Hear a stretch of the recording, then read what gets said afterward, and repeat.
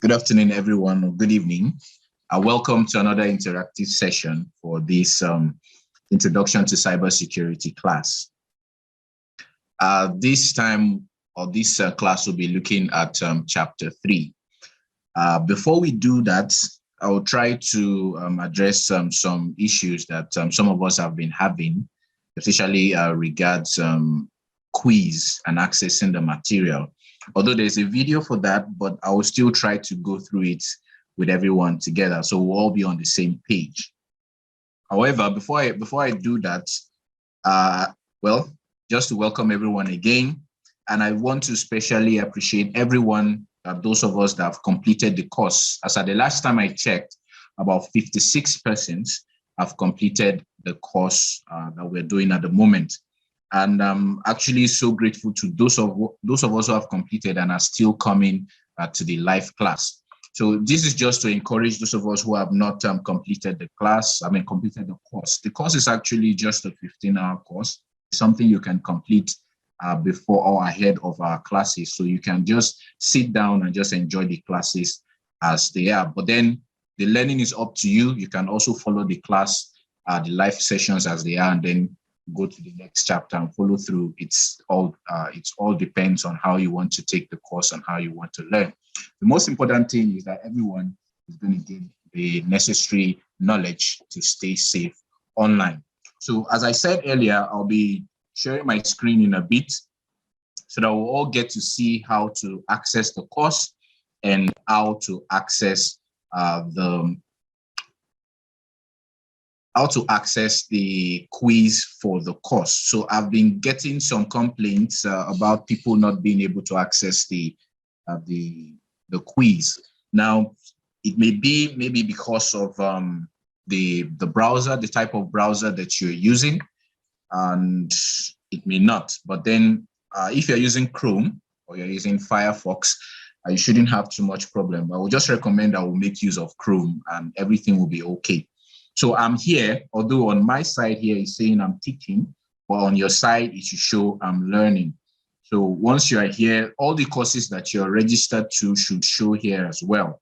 So if cybersecurity class is the only class that you're registered to on the Cisco Neta card, you will see only this icon here, or this tile here showing the class. So you see here, you can see launch course. So by the time I click on the launch course, it's going to take me straight into the course. So this is something like this that you should see in the course. So everything that you need here, the materials is outlined here, the course itself, the reading material is also here. I'm going to show us that in a bit as well. But I'm just concerned about the quiz. Now, this is the quiz here, Chapter 1 Ethics Quiz.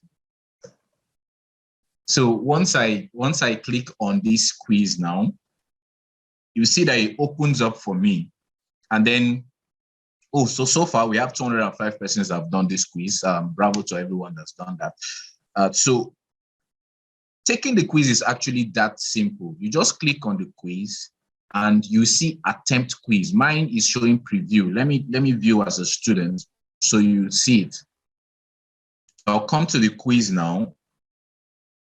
And you see reattempt quiz. So this is because I have done the quiz before. So if you have done the quiz before, you actually have the option. Let's say you didn't score up to 100. You have the option. Okay, somebody just sent me a direct message that they can't hear me or she can't hear me. Please, just can I get some kind of notification? Am I audible? Can everyone hear me? Oh, okay, thank you. Thank you so much. So, all right. Thank you so much. Thank you so much. Thank you so much. All right. So you have the option to retake the quiz. If, for example, you didn't score up to 100 and you want to get up to 100, you can retake the quiz. And once you take the quiz, it will tell you which ones you got right and the ones you got wrongly, and it will tell you the correct answer. So it helps you to, it's not like a strict test per se. You can keep taking it until you get the complete. The whole idea of the course is that you get the knowledge. So you can reattempt the quiz. So for those who have been having issues taking the quiz, Yes, thank you so much for that, Mr. Tokpe Taiwo. The person should join via Wi-Fi. All right. So if you have been getting issue or you have an issue locating or accessing the quiz, it might be browser related, because by the time I click on this reattempt quiz now, it will open up the quiz for me out. Let me just click on that so you see it. So you see all the questions here, and by the time you are done, you click on finish attempt. Let me return to the attempt and just pick something randomly. Just pick. These are not the correct answers. Or why not? There's no need. Let me just finish the quiz and then submit all and finish. So this will be the last point. Once you click on this, you should be able to submit and then you'll be graded. So I believe with this, we have an understanding on how to access the quiz. So if you still have issues, you can't see my screen. I think it's visible to everyone. Just as a check again, please, everyone, can you see my screen? You just drop in the chat section. Okay, thank you so much. Everyone can see my screen. So if you're using your mobile device, most likely you swiped away from where the shared screen is. So you may want to swipe back to locate the screen. All right, so this is just how it is when you want to take the quiz. Same thing when you want to access the material. These are the materials, the launch chapter 1. So once I click on it, it opens in a new tab and it tries to launch the content of chapter 1 for me. And I just keep on clicking on next and I get to see all the contents of chapter 1. And then you can also close this and navigate to all other chapters from here. I can navigate to chapter 4 from this point.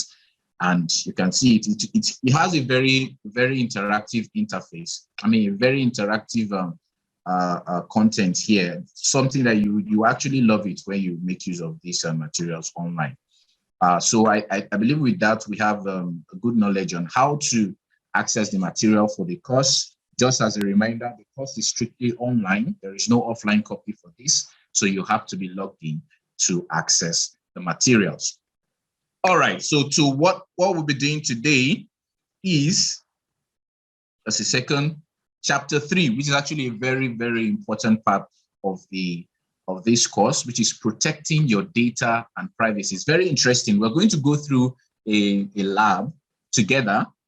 We actually have a lot to do today. So once we get to about 4:45, once you have a question, please put it on the chat box so that by the time I'm done, I'll just scroll through the questions and then try to answer them after one after the other. So we may not have that time to maybe unmute and then talk and all that. But please, if you do have a question, 4:45, please put it on the chat box so that by the time I'm done, I'll go through the questions and try to answer as many as possible. So we're going to be going through a lab today, very interesting lab. We can't go through all the labs because chapter 3 has quite a number of labs, about 4 of them or 3. 2 of them are very practical based. The others are just very easy things that we can do on our own. So this one, we're going to be doing it together, and I'm going to be requiring inputs from everybody. But before we get there, let's just go through some of the things that we'll be going through today. Chapter 3, just as I said, in a short while, I'll share my screen so we can all see what I'm talking about. I believe with this, we can see my screen. Chapter 3, protecting your data and privacy, which is one of the important things, or in fact, the major things that we are doing or here in this cybersecurity class, having to understand how you can protect yourself online, your data, and also to protect your privacy. Now, when we talk about privacy, you're going to understand why I'm talking about that in a bit. So what are we going to be looking at today? By the time we're done with this, you'll be able to explain how to protect your devices from threats and also be able to explain how to safeguard your privacy. All right, so there's a little something that I introduced for each, and then from this class going forward, we'll be trying to review some terms and concepts, because you'll be seeing these things appear during your reading so that you have an understanding on what these things are. They're actually not very technical things. Just that sometimes, they tend to use some technical words, so you may have to Google some before you understand and all. So I have some here, and next week we'll review others, and we'll keep on going like that. So we'll keep ourselves abreast with some of these terms that is usually made use of on in cybersecurity. So we have TTP, tactics, techniques, and procedure. It's just simply the behavior of an actor. You are trying to understand how this threat actor does his things, what he does first, what are the things what are the tools he makes use of, or the procedures, the tactics that this person utilizes in either trying to exploit any vulnerability that you may have seen in your system, just trying to understand the actor. That is what we mean by TTP. So when they say something related to this, we help you to get a better understanding of the TTPs of the threat actors and all of that, you get that, okay, they are telling you that you get to understand the tactics, the techniques, and procedures at which this threat actor is using or has used to attack or launch an exploit on a particular vulnerability. So I'm sure you understand what vulnerability is. I'm sure you understand what exploit is, because we have been talking about these things. And also chapter 2 dealt with exploits as well as vulnerability. So we have the virtual private network, which is actually just for hiding your physical location and your IP address.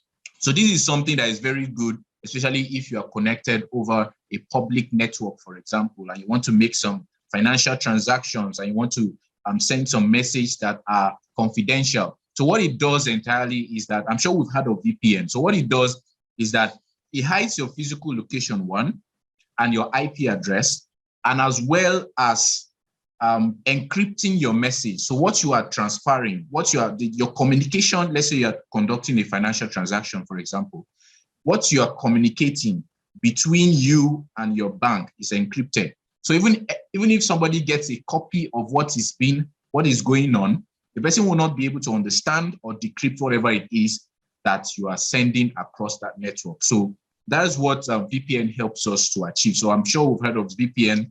Many people got to understand what it meant, especially when there was the Twitter ban and lots of persons wanted to access Twitter. They had to use some sort of VPN that changes your location, then helps you to access the application as at them.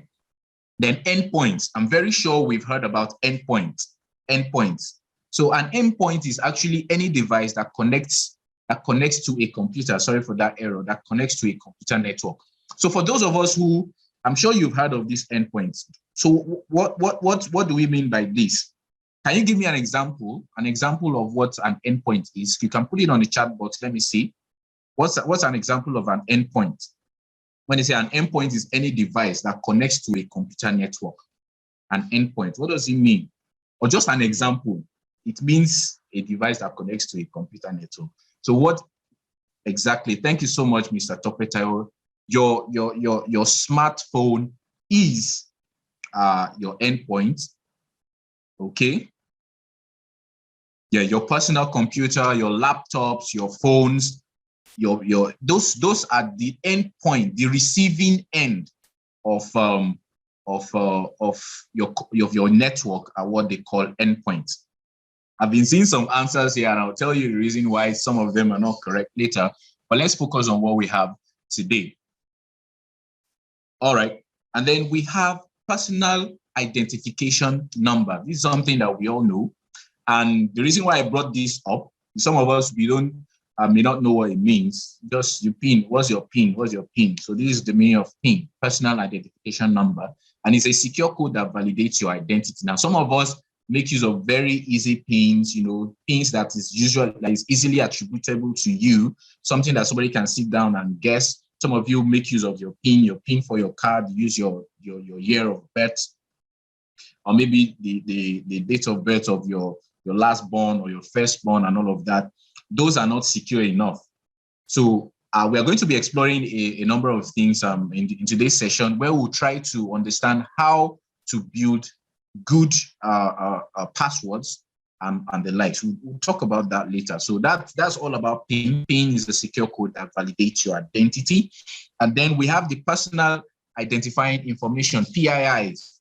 So your PII is just your data, something that points to you, an information that points to you, an information that identifies specific people. Can be your medical records, can be your financial records. They are things that point to you as an individual, that they are unique to you. So these are part of the things that we need to protect at all times. So yes, we're done with that.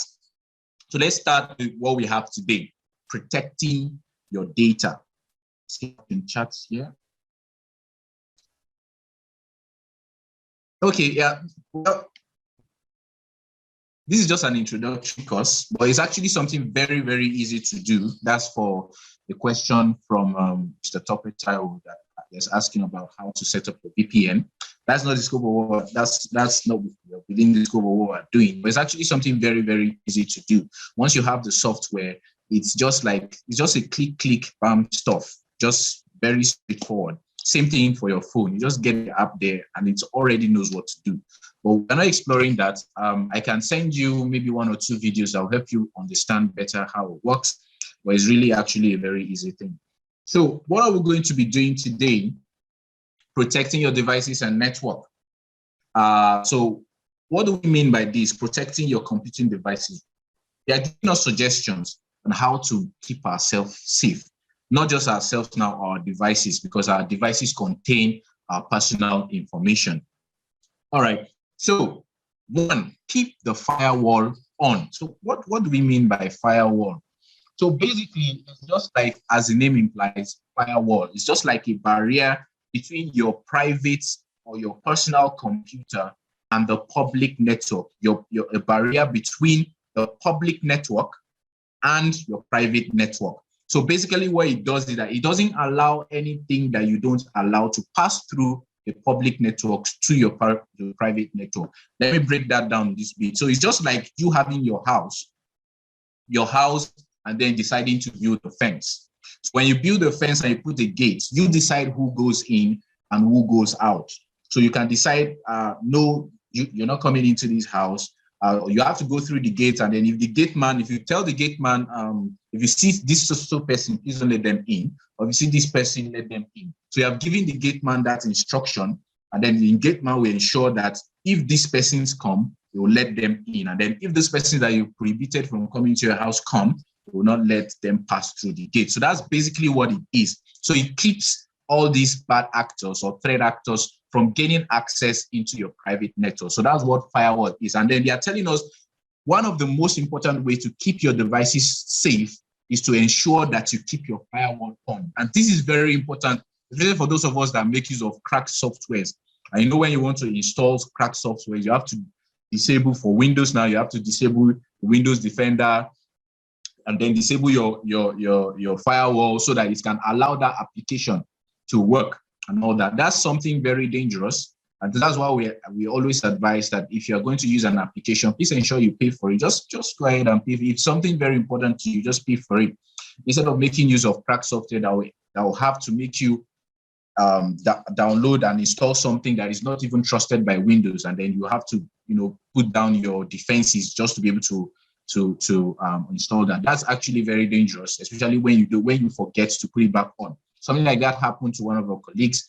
He forgot to put back the firewall back on, the Windows Defender as well back on, and he was a victim of a ransomware attack.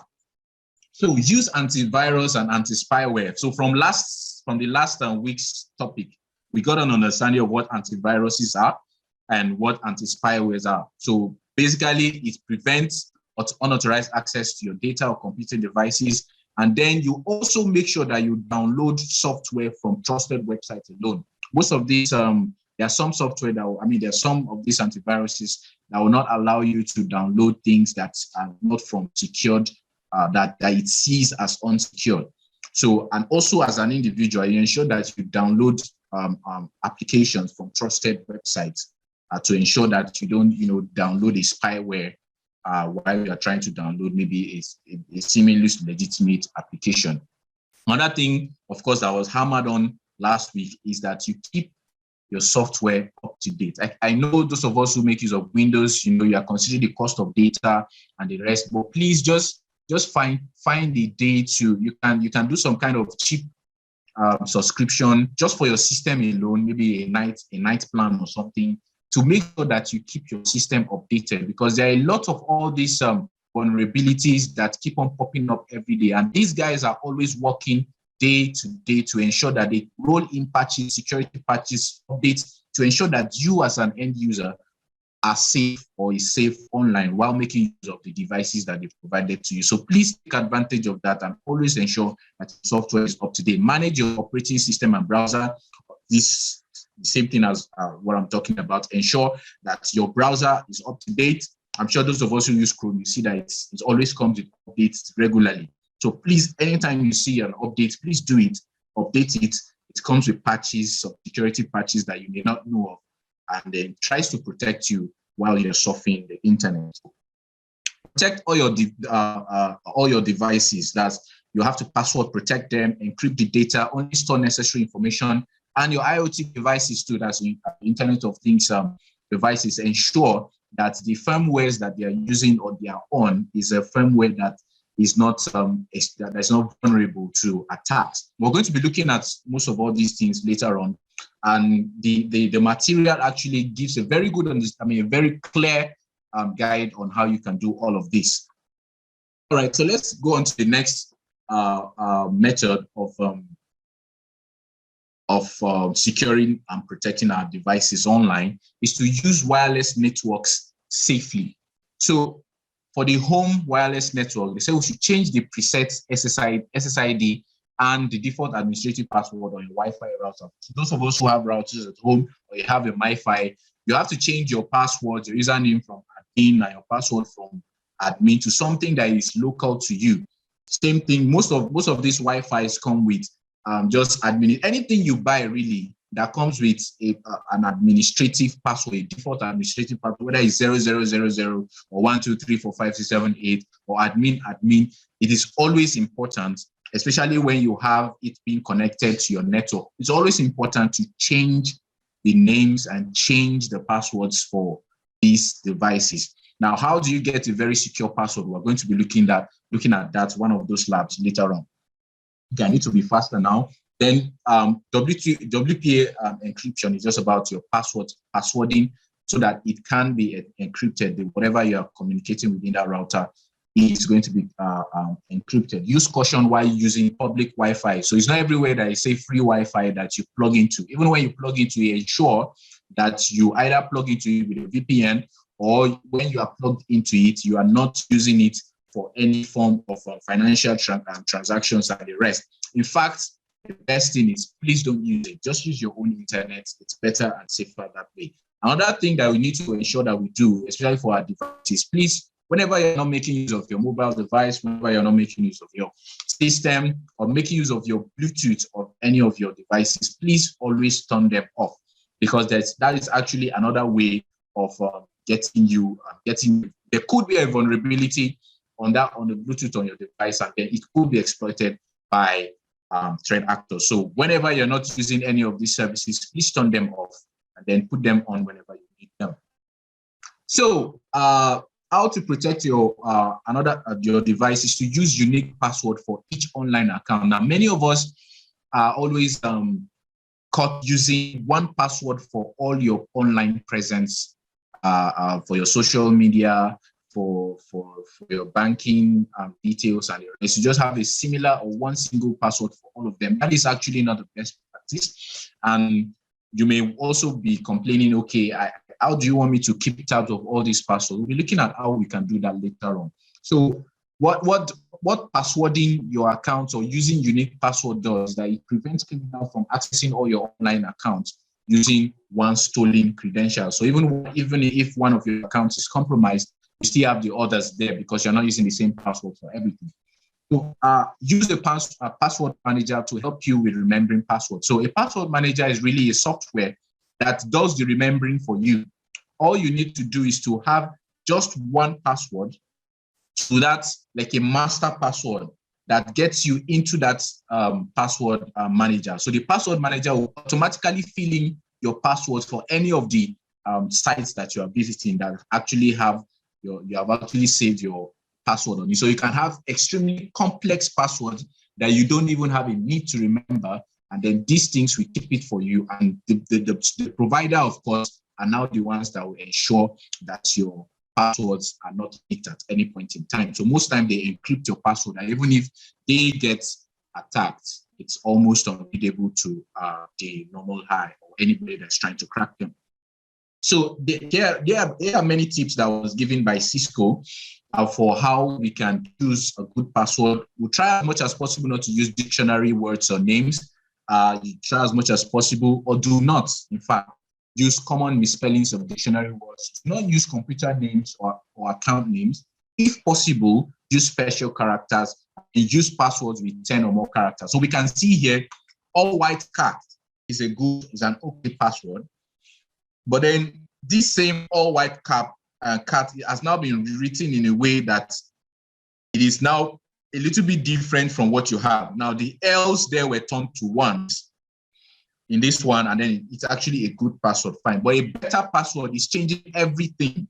For example, the A remained, but then a capital letter is now, an uppercase is introduced, and then the L's are turned to ones, the T was turned to 7 and all of that. We're going to look at how we can do all of this. It's actually something very easy, and it helps you to get better logins and better passwords to secure your online presence or your online account. So use passphrase rather than passwords. So passphrase are more like a phrase, like I love eating yam. That can be your password. It's actually a passphrase, but it's a password. It's something you can really remember. So you can, for example, I love eating rice is my Facebook password. Of course, not just that way. Of course, you put in special characters, you introduce some form of some uppercase and all of that to make it more unique. But you can have passphrase like I love eating rice for my Facebook, and then I love eating beans for my Instagram and all of that. You can use passphrases that are easy to remember.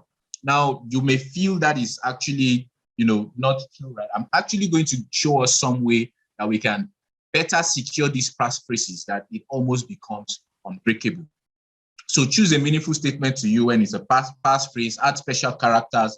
The longer, the better. You can avoid common or famous statements. For example, the lyrics from a popular song, so you don't do that. Now, there is this summary of a form of guideline that was given by the National Institute of Standards and Technology of the United States. So they gave some kind of guidelines, especially for those who set password policies. So you may want to check that in a later date. It's in the material, so you can look at that. So yes, I was talking about a lab that we're going to be doing. So we're going to be doing this lab together. So I want everybody to contribute. I want everybody to give some form of input into this lab. So I'm going to stop my share now, and I'm trying to do this lab for everybody, so we'll get a good understanding of how to get or how to secure our devices online. All right, so the first site I'm going to be going through, for those of us who have done this course already, you find out that this is actually a very easy step, but there are some things I'm going to try to introduce to us to help us better understand it. So the first thing we're going to be visiting is a password generator application that helps you to generate a password.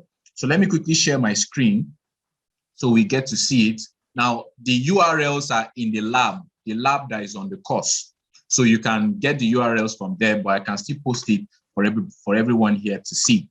So let me share this first one. So basically what this site does is that it just helps you, to generate passwords. For example, you can see, you can select how long you want your password to be. So you have 16 selected here. You can choose whichever one. And then you can include symbols, include numbers, include lowercase, include uppercase, include similar characters. You understand? And then you can generate it on the internet here. So what I'm going to do now, I'm going to generate a password, and I'm going to ask us, I'm going to run it on a software that tries to get how strong this password I've generated is. But I'm going to try to, I'll send it to everybody. I'll send it in the chat. So you now tell me, is this something you can easily remember? So we'll look at that together in a short while. I can't take hands for now. We're going to get to that part.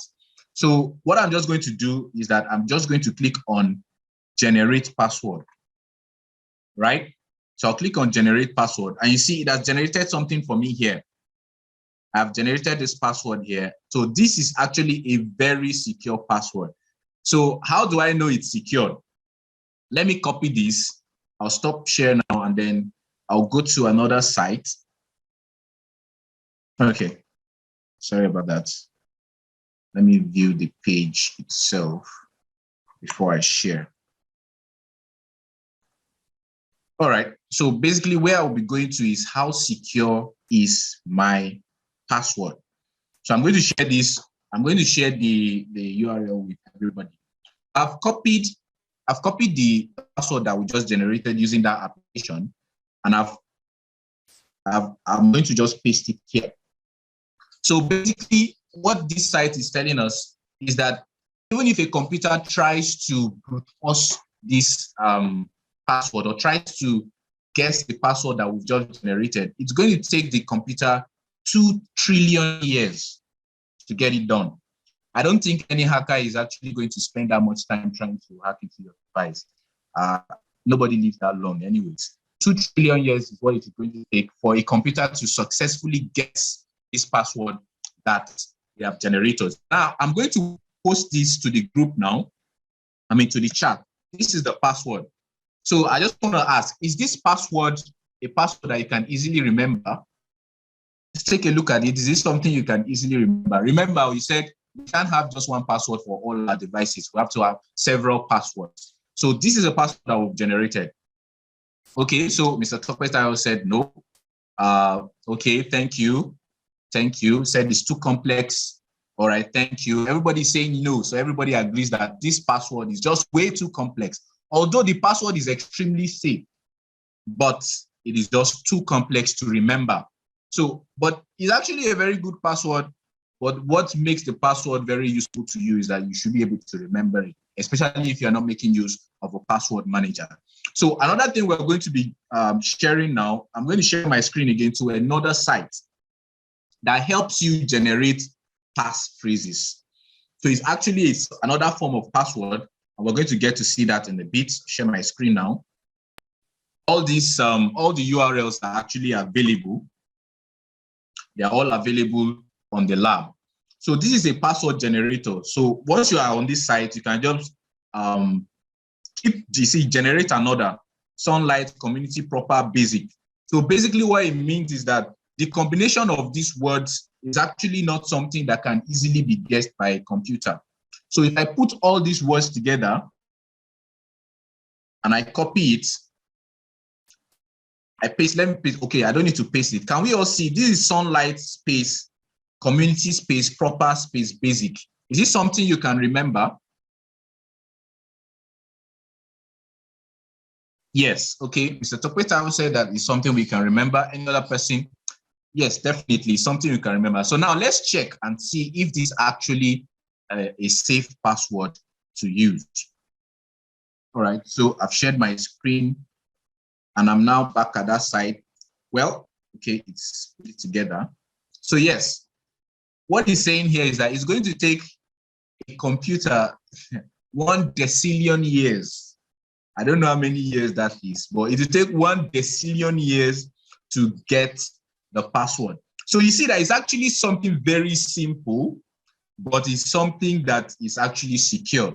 But another way that I got to learn in one of the forums held by the Nigeria Computer Society that was held here at the headquarters of the National Open University about, I think, a week ago or so, is some kind of software that changes your passphrases into something else. We're going to look at that together. Just a second. I have that on the Chrome. Let me open it down. So ROT5 is actually what it is. So let me share now. Share and ROT5. So I still have that text.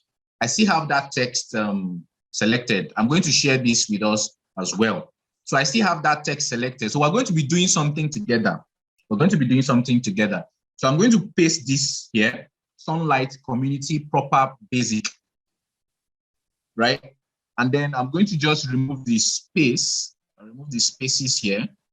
You know, is part of what made this password very strong is the space that we put in, or that was in between the words that were here. So, but now we are removing that because we want to use this ROT5 to change this password. So what it does is that, for example, this automatically changes your letters. So if you have A in your, let's say you are using ROT2, if you have A in your password, when you encrypt or whatever, when you encrypt it, it represents your A as C. So it takes it 2 steps ahead. That's for maybe ROT2, I think. Then ROT13 just jumbles the entire thing together. So I'm going to try to change this, and I'm going to encrypt this. So now, Sunlight Community Proper Basic is now this. This makes no sense whatsoever, but it's extremely secure. But what I'm just trying to say is that what I think is that now we can take this here, and let's assume, let me pick somebody from the, let's assume the first person here is Abel Banda. So let's assume Abel Banda likes strong EBA. So let's just, you can put it here and say, I like strong EBA. And then you can put a special character, just something as easy as this. And then you just put maybe an at, and then maybe 1. And let's, you know, the I there is actually in capital letters. So we have an uppercase already. And then you can decide to make the S this way. And then you can decide to make the E this way. And then you generate this. So now this has been turned into this. Now let's try to see how safe this is. We'll go back to that, that site that helps us to check how long it takes for a system to get our password. So let me stop this and get back to how secure is my password. Share my screen again and then put this here. So here is 1 trillion years it will take a system to break this password. So why did I actually use that? Why I did that is that you can actually, okay, so somebody is saying he doesn't think it's nice to do that. Okay, I think he was saying something else. All right. Okay, so basically why I just showed us that is that you can actually have a passphrase, something very, something that is unique to you. You can have something that is not really a general knowledge. You can have it and then use that ROT5 to change it so that anywhere you are, you know that, okay, this is it. Even if you don't remember that ROT5, ROT5 is something you can always use this site to get that password back. All you just need to remember is the phrase and the special characters you use, and you get your password and you put it. That is another way. So there are several ways. And then another way that you can, another thing that you can do, let me try to share my, my notepad, and then we'll try to look at how to use this notepad to generate a password, another password for ourselves.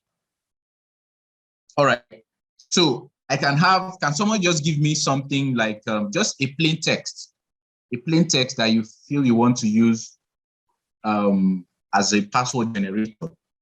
Let's be fast so we can, I want to rush this.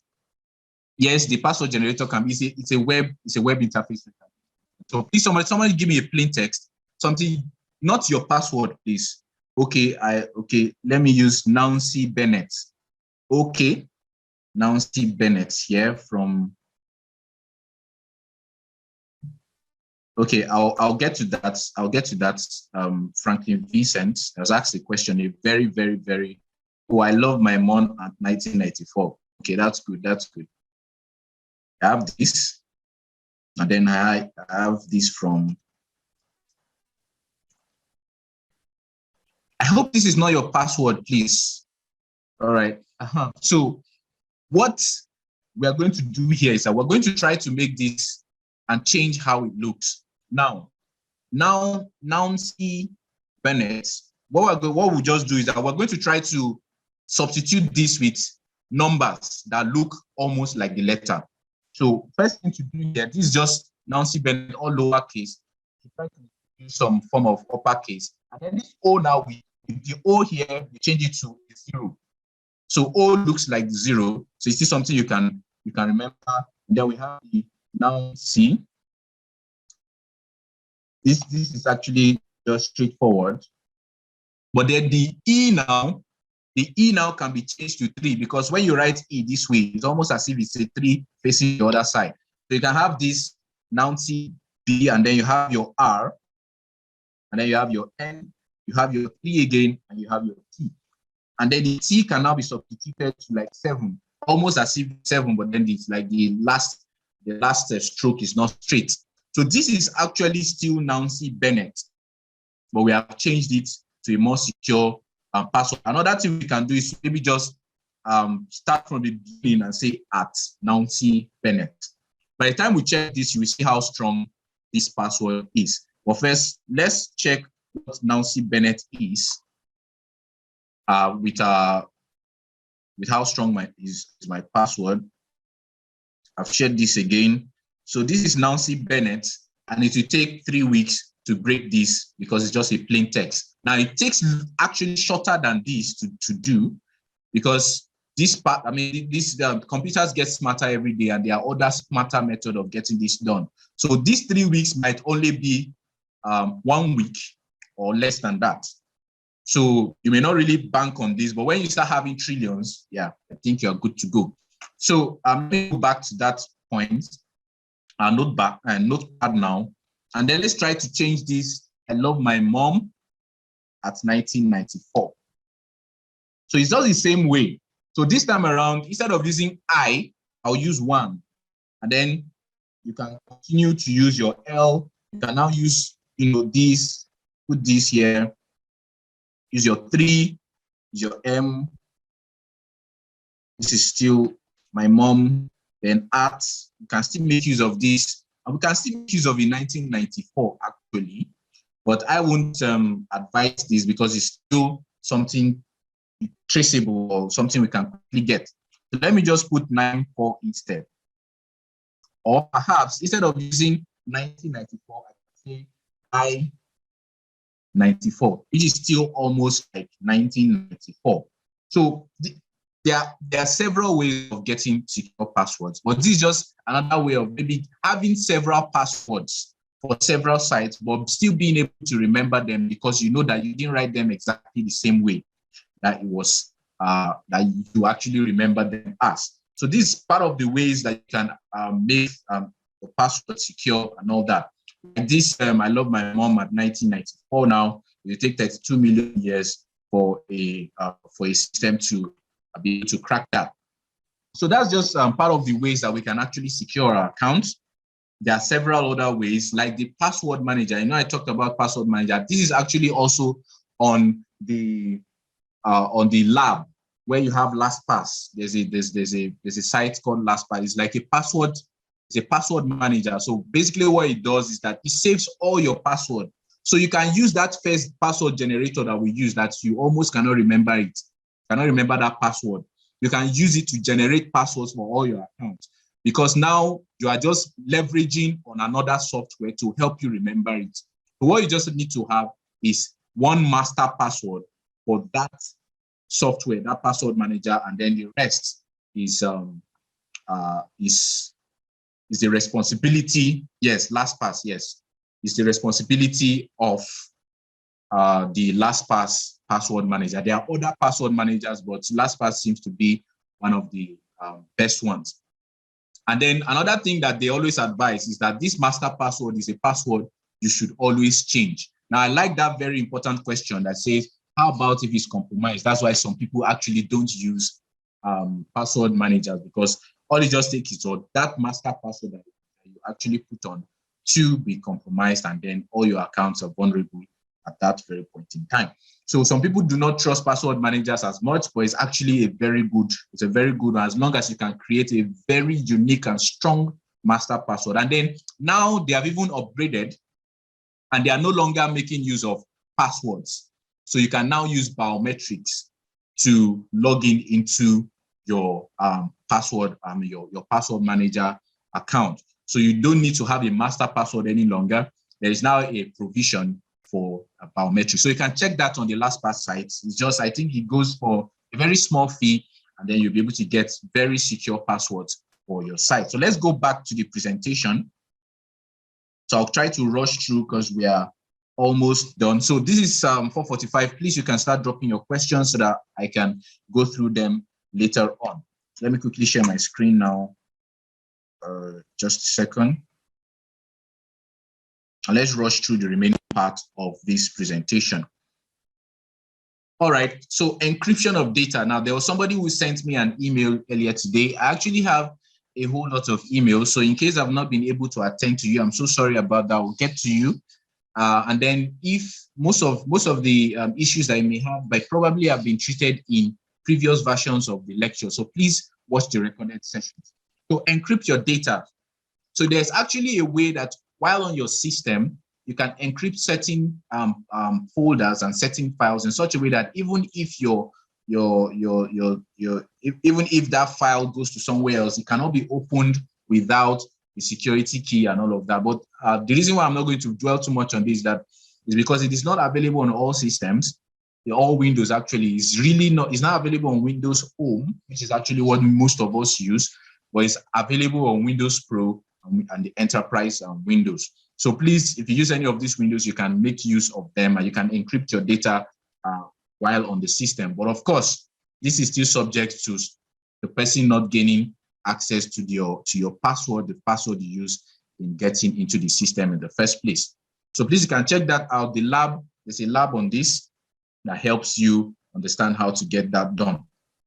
All right, so back up your data maintenance. So this is something that you need to do at all times. Now, what does this do? Backing up your data helps you to prevent the loss of irreplaceable data, and then it helps you get a kind of an additional storage for data. Now, it's very important that all your data, especially the important one, is very important that you ensure that it's not just on one spot, maybe just on your system. You can have your hard drives, you can even have up to 2 that you keep at several places in case one goes bad. And you can have your thumb drives. You can have thumb drives that are up to 64 gigabytes. That's your normal flash drives and all of that. You can store some of your information in them so that all your data is not just on one system. At the moment the system crashes, it's done. Of course, you can still get data from the hard drive anyways, but just ensure that you have your data in several places in case you get attacked, especially with a ransomware attack where all your files are encrypted, and if you're not able to pay a certain amount of money, the files may not be available to you. But if you have a backup of your files, you don't have to pay such attacker any money. So you can have a local backup, and then those of us who have subscriptions can also have a cloud backup that stores this into the cloud. All right, there's a lab on that. You can check that on your own. Now, deleting your data permanently. I hope we all know that all the data that we delete, for example, you're on your system, you just delete a file, and then you even go to recycle bin and delete it from recycle bin. Do you know that that file is still on your system? It's not actually gone. So if somebody takes your system and has access to your hard drive, it's going to take in everything you've deleted, you thought you deleted, can get it back. So there's actually some applications that will help you to permanently delete these files in such a way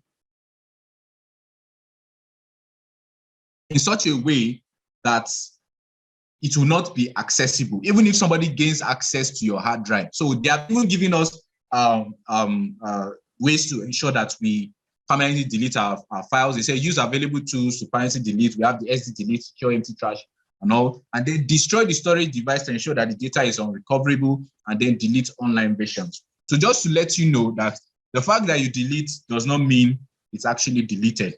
So it's sometimes some of this data get deleted over time because your space, let's assume you are be writing over that space over and over and over and over again. At a point in time, the digital signature is something that stores that the fact that that file was there, or the evidence that that file was there, will finally be erased.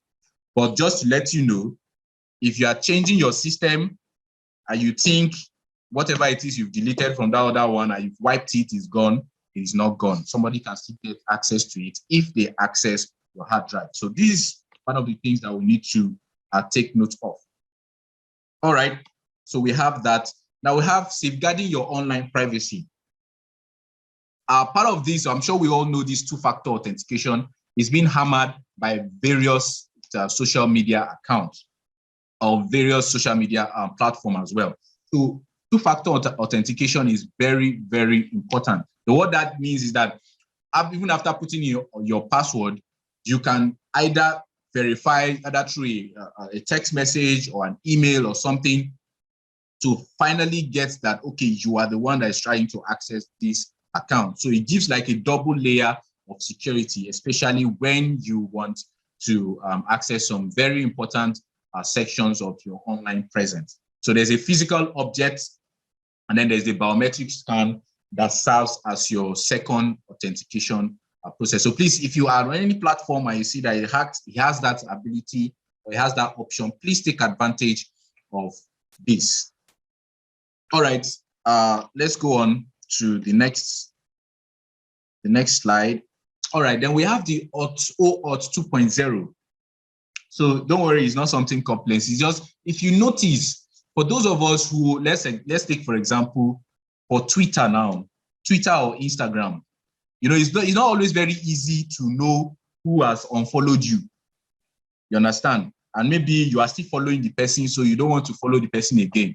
So you now download a third-party app. So most of the time, or before, those third-party apps will ask you for your username, the username of your Instagram account, and your password of your Instagram account. So what that means is that you are giving that third party an access to your account. So the third party will now access your account on behalf of you to finally help you to detect those who have unfollowed you or who have and you are still following. So now, why am I talking about it? Just to try to help us understand what this OAuth does. So OAuth, what this OAuth now does is that you don't need to give your password to this third-party application.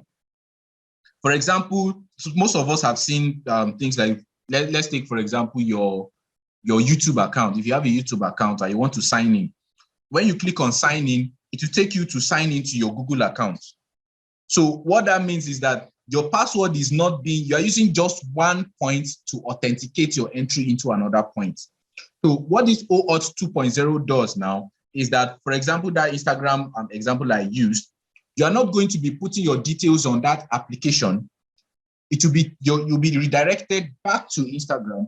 So Instagram will now verify that you're the one. Then Instagram will now give some form of identification to that other party that says, okay, yes, this person is valid, let him in. And then whenever you want to get information from me, come with this ID card or come with this identification number to show that, yes, you have been authorized to come to interact with me. So what that means is that just the OAuth stands as a middleman that just helps you. So your password is not being exposed to all those other third-party apps that you may want to access and all that. So this is just what the OAuth 2.0 is all about. You can still read more about this, and you can still watch some other YouTube videos that can help you to understand it better. So that's what the OAuth is all about. You say, act as a middleman to decide whether to allow end users access to third-party applications. Now, this is something that will always hammer. Do not share too much on social media. Do not share too much on social media. Your birth date, your email address, your phone number, except if it's a work email address that, of course, is more like public. Your phone number is not something that you should share every time or share everywhere. And your birth date. So there are lots of persons who have removed that from their Facebook account, for example, or any account that asks for it. But of course, most times it's just Facebook because that's what is actually very common. Check your social media settings to ensure that whatever things you are putting on that site is not being used for things that are not in your knowledge. Because most of these applications also use your data for some things. They can use it for their own personal. For example, those of us that, you just see something, you are trying to register on a site, and then they say, agree to our terms and conditions. You don't even read it. You just agree. You don't need it. You don't. These are applications where you're going to be storing your data. You have no idea what you have agreed to. Maybe they are saying they will they will use some of the activities. They will sell some of the activities that you do to some certain companies, for advertisement and all. You don't know. So please, it's always good. Check your media settings, check privacy settings, anything that you are registering for, and you have that part that asks you or gives you some terms. Please check it, open it. You don't have to read everything. Just go to the privacy part of it and try to understand what these guys are going to be using your data for. Now, of course, email and web browser privacy. This has to do with just using your incognito, especially for your, it's more like hiding, encrypting whatever it is that you're doing, especially when you are not the only one using system. There's something I actually forgot to talk about. Now, your system shouldn't just have one user. The system is supposed to have 1 or 2 or 3 users. What that means is that your own account will be an account that can do anything, whatever it is that you want to do. Then you can have another account that has lesser privilege. The person is still using your system, but it has lesser privilege to do some certain things in your system. This is something that we can share later. It's not within scope, but just have that at the back of your mind that you can or you need to create an extra user, especially when you're not the only one using your system, or when you give out your system most of the time, just to ensure that your data integrity is always intact. You can give that person a different pool, like a public or user profile that person can use to maybe, if it's just to browse or maybe to do Zoom meeting. The person is not interacting with your own user account that has all the data, that has all the ability to read and write certain things, or that has administrative privileges of your system. So this has to do with making sure that the connection you have between your browser and your internet is secure. Most of the time, if you know you are not the owner of that system and you want to use that system, it is always good to go to the in-private mode of that browser. So what it does, it doesn't store your login details, it doesn't store your information. Once you close that session, it wipes off everything. So this is something that we may want to be using especially all the time. So for Microsoft Internet Explorer, which I think is Edge now, is in private mode. For Google Chrome is incognito. For Mozilla Firefox is private tab or private window. And for Safari is called private browsing. So you can have that it doesn't store any of your information. Even if you log into a site, it doesn't store your username, it doesn't store your password. All right, that should be all. All right, yes, so we've been able to cover most of the things that we have to do today, although it's almost time. So let me quickly go through some of the questions that we have. So if you have some questions, please keep posting them on the chat section. If we can't attend to them today, we attend to them on a later date. So let me close this. Let me make this larger now. All right.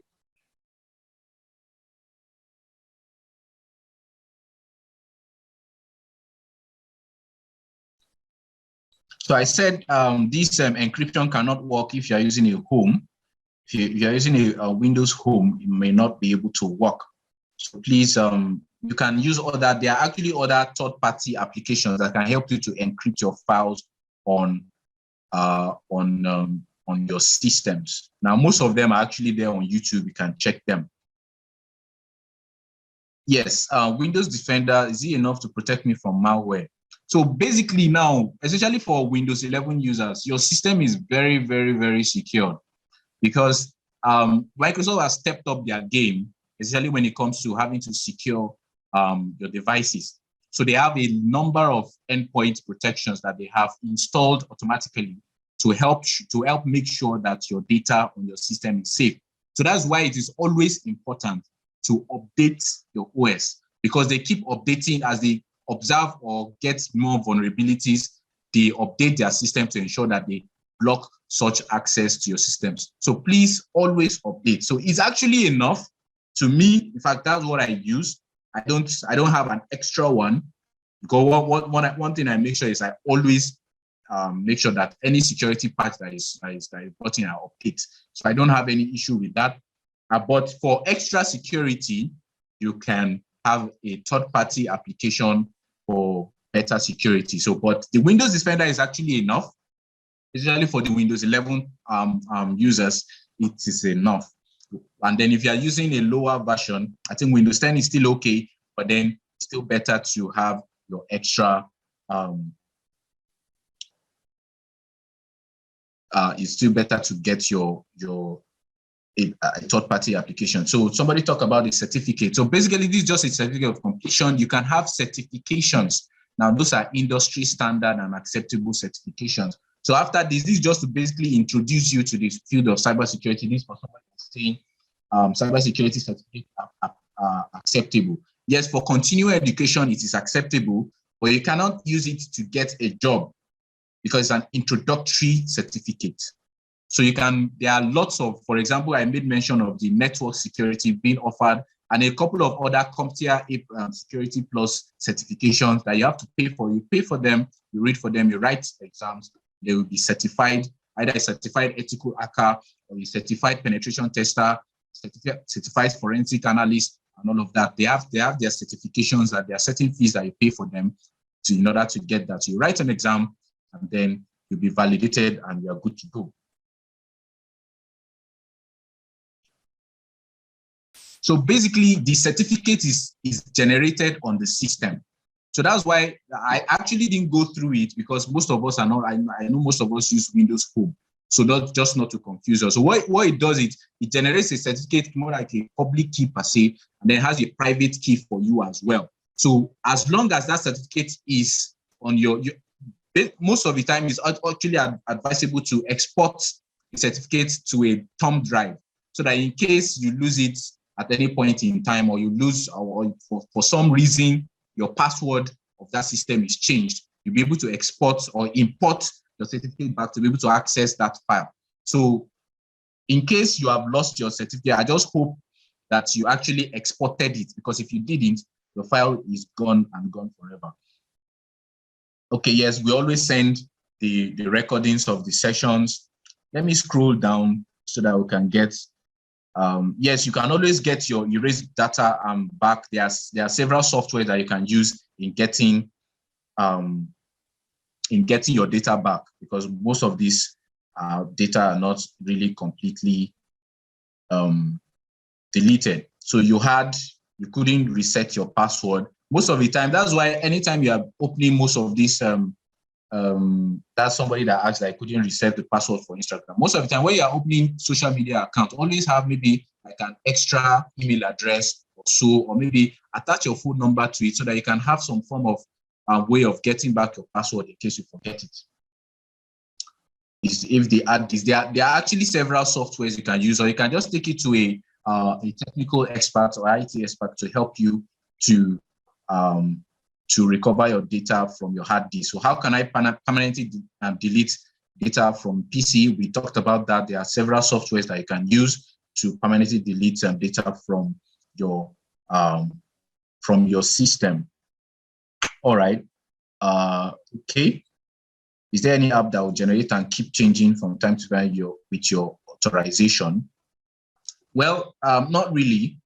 You have to be the one to initiate that on your own. But that's why they talked about the password manager, where you need to be changing your password from time to time, your master password. Of course, that is even getting out of being phased out, because we are now going into the era of not using passwords at all. All right. Okay, yes, that's why it's, most of the Windows we use now are not original. That's why it's always good to get your systems new, so you can have original. Okay, okay, Shamsuddin, you actually sent me an email. You said you use a Windows 10 Professional and you still cannot encrypt your file. I think we'll have to look into that together later on. So please send me a mail again so that I can look at it. So is it the program certificate you're talking about? Yere Justina, I don't understand that question. Without having a knowledge in computer science study or operating Windows, can someone go for an MSc in cybercrime or cybersecurity? So basically, for universities abroad, they will look at what you've been doing over time. And if that has some correlation with working with operating systems and all of that, they will give you admission. But most universities need to see that you have done, especially in Nigeria, need to see that you've done some form of elementary study that has to do with operating systems and the rest before they can give you admission to study an MSc in cybersecurity. But for cybersecurity on your own, especially for certifications and the rest, which are industry standard certificates, you really do not need too much knowledge of all these things. What you can do is take some certificate courses on these things to help you get better in them before you now advance into studying or taking certification courses for cybersecurity. So most of the time for the cybersecurity, you need to have a good knowledge of network systems and all of that. You need to have a good understanding of that. So there are several free courses you can do. Coursera is offering a lot of free courses. Cisco is offering a lot of free courses. Google is offering a lot of free courses on this. You can, plug into them and get to understand some of these elementary or introductory courses into understanding networking basics and then operating systems basics and the rest. All right, can I use this certificate to get my MSc cybercrime abroad? Yes, you can actually. This, especially for abroad, this is actually a Cisco certificate, so it's recognized anywhere. So you can actually add this to it to help them see that you have a good understanding, at least an introductory understanding of cybersecurity. Another thing is to check the requirements of the school before you apply. But what I always advise is that you go high, because this is just an introduction. There is also another higher step. There is the cybersecurity essentials, and then from there, there is the cyber ops associate, and then from there, you go to the network security. So these things are in levels. So where the levels we are now is just introductory phase. So if you are interested in really going into the field of cybersecurity, it's always good to go take that higher step, take the next course, and keep going. For example, the cybersecurity essentials is also another free certificate on Cisco. Then the cyber ops, probably you may pay if you need some form of yes, especially from cybersecurity essentials, you may pay if you need some form of guidance. Then from that upwards. But most of these things are free. If you don't need guidance, the cybersecurity essentials is free. You can take them off Cisco. There are also many sites that offer these free courses that you can take to help yourself better understand the field of cybersecurity and even better protect yourself online. So with this, we've come to the end of today's class. I hope we all enjoyed the session, and I hope we all learned a new thing. So please, one of the most important things that you need to note is that do not use one password for all of your sites. Do not write down your passwords at any point in time. That's why we are talking about using passphrases so that it will be easy for you to remember. You can use passphrases and then try to impute some form of special characters to make your passwords more secure. Now, somebody talked about these sites that generate passwords for you. Yes, I saw that question. So these passwords, most of these sites, they don't store your password. They just give you the password and just go. They are not storing the password or storing it. It's just like an auto generator. It just generates it for you on that point. It's not storing it at any point in time. It deletes it immediately you leave there. So it's safe to use some of these password generators, but be sure of the password generator that you are making use of. So thank you so much, everyone, for joining today's class. I'm so grateful for all of us who were able to attend. This recording will be sent later in the day or tomorrow. And please, the course is still on. You can still send the self-enroll link to anybody to join the course. You can join the course, watch the recording, take the test. So please take the test, take the quizzes, and then take the exam. You can complete this course anytime. In fact, you can sit down from now to the end of the day and just complete the course. So please, let's all complete the course. And I'm very sure that we are going to get better knowledge of the world, of the cyber world, and how to stay and ensure that we are safe online. So thank you so much. Okay, I've not been seeing previous ones. I'm so sorry about that. Please let me put in my email address. Please send me an email now, mdavid@noun.edu.ng, so that I can include you to the emails. Please, in case you have not been getting the emails, please send me an email at this email address, mdavid@noun.edu.ng. I hope you all enjoyed the class. Thank you so much for attending, and see you another time.